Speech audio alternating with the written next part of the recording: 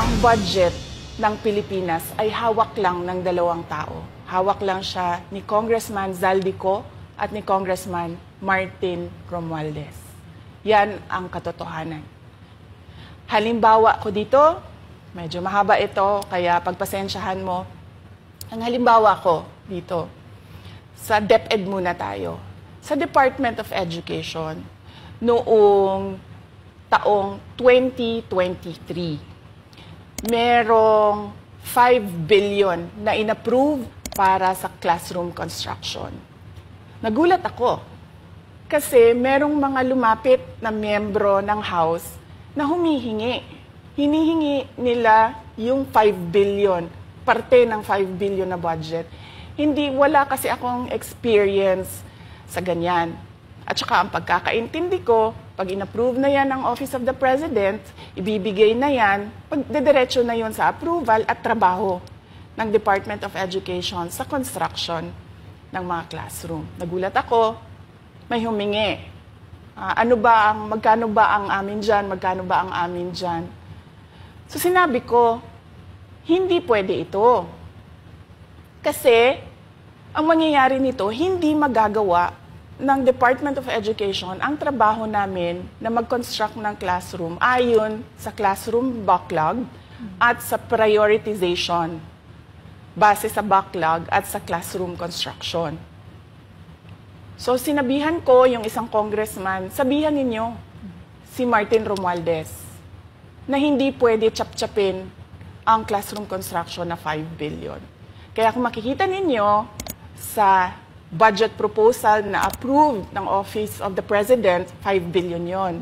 Pero nung lumabas yung GAA o yung budget approved noong 2023, naging 15 billion siya.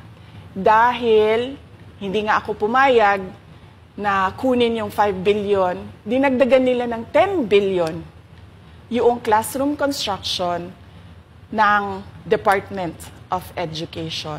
Yung 10 billion na yon hindi kontrolado ng Department of Education. Controlled yon ni Congressman Zaldico at Congressman Martin Romualdez.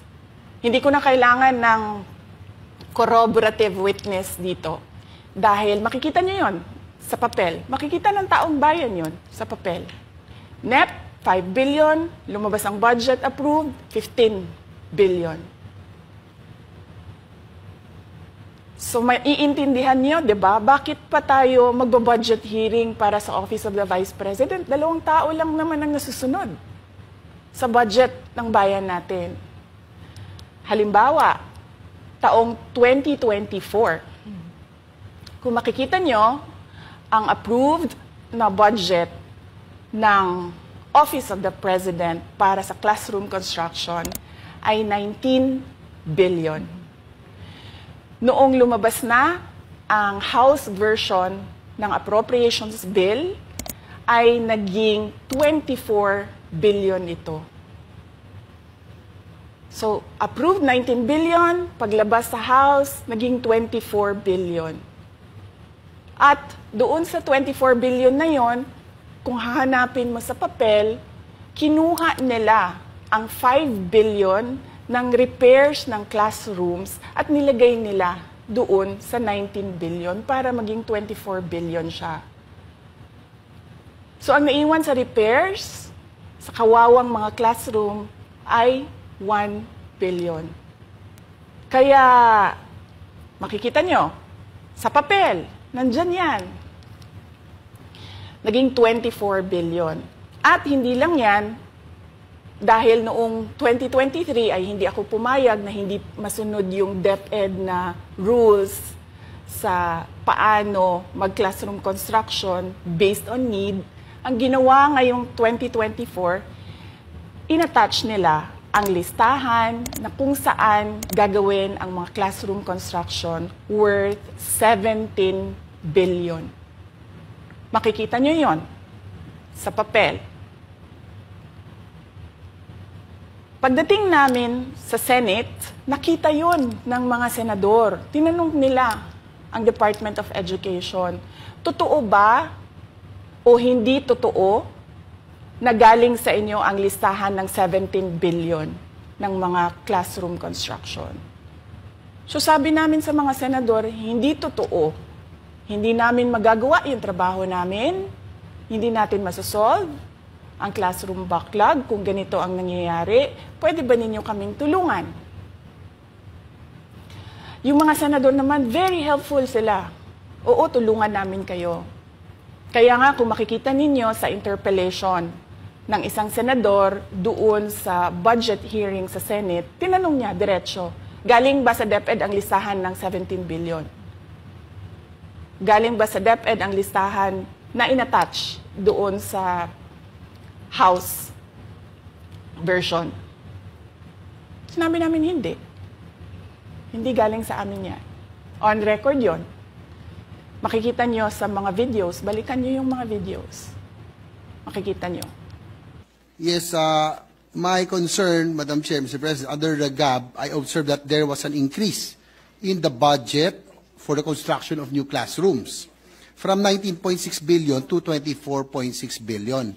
However, this is my concern, which you mentioned earlier, that the repairs and rehabilitation of classrooms was decreased from 6.5 billion to 1.5 billion.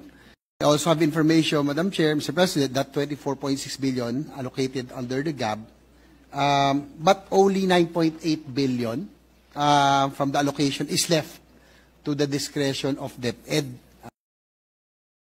Kaya hindi ko na kailangan ng witness kasi makikita nyo sa papel. Tapos dumating ang BICAM, walang nangyari dahil ang nasusunod doon ay si Congressman Zaldico at si Congressman Martin Romualdez. Kaya nandun pa rin naka-attach yung 17 billion na ginawang listahan ni Co at ni Romualdez.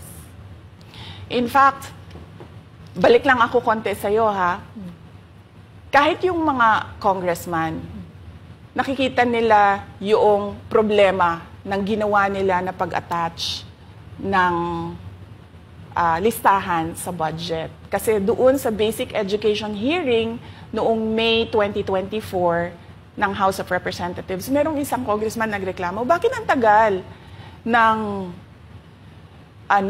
classroom construction? Bakit ang tagal? Eh sabi nung USEC ng DepEd, kasi may pabago-bago sa listahan ng DPWH dahil hindi kami ang gumawa ng listahan. Yeah, Mr. Chair, with respect to the 17 billion in Annex A of the GAA, we are not privy on how the school sites were chosen. So, be it as it may. How is it chosen? I'm not privy to that, Mr. Chair.